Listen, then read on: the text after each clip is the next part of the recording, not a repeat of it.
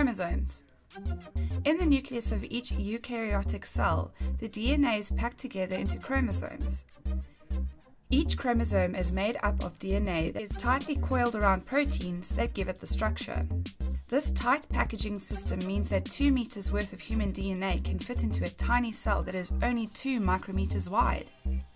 In this video, we are going to look at what chromosomes are and what their role is. Chromosomes usually occur in pairs, except for gametes, which are eggs and sperm cells, but the number of chromosomes changes depending upon species.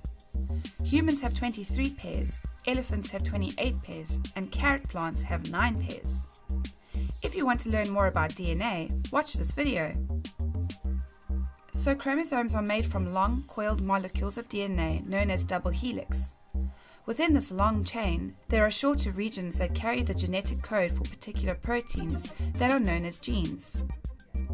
Chromosomes carry all of the information that help a cell grow, survive, and reproduce.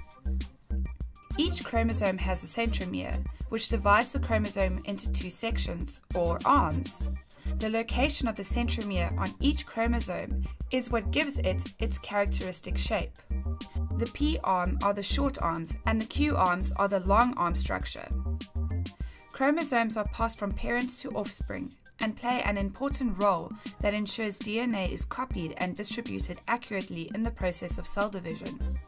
Chromosomes are not usually visible in the cell's nucleus and can only be seen when the cell is dividing.